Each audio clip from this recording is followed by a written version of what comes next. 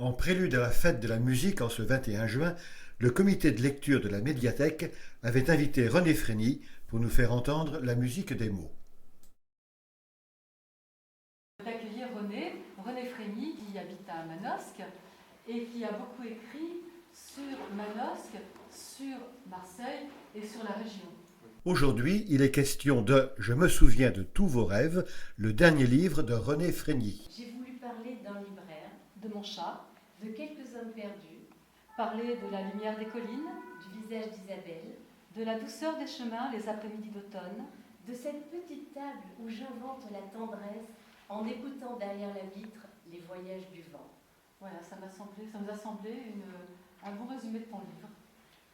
Oui, je me rends compte depuis 40 ans, enfin 30 ans que j'écris vraiment tous les jours, que ce sont les petits personnages qui m'intéressent, d'ailleurs chacun de nous, vous, les gens que je croise sur les chemins, dans les villages, dans les bistrots, les petites gens qui ont tous quelque chose à raconter.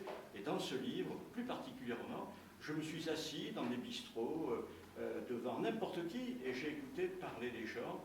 Achille est un vrai héros qui va droit au but, qui n'a pas d'histoire, comme une flèche, elle part de l'arc, elle va droit dans la cible, alors qu'Ulysse, il atermoie, il doute, il a peur, il veut retrouver Pénélope, mais en même temps il tombe amoureux en route. Enfin, c'est un homme vrai, avec toutes ses peurs, ses doutes et ses désirs. Donc voilà, ce qui m'intéresse, c'est des gens comme Ulysse, et même encore moindre, les petites gens que l'on rencontre partout et qui sont des vrais sujets de roman.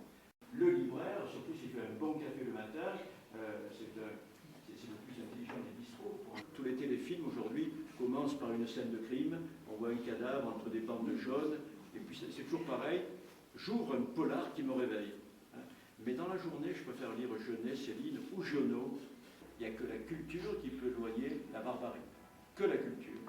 Mais si nous continuons à mettre le feu, je trouve que nos dirigeants mettent le feu. Parfois, tout se termine par des chansons, mais ici ce fut par un sympathique buffet dans les jardins du centre Giono.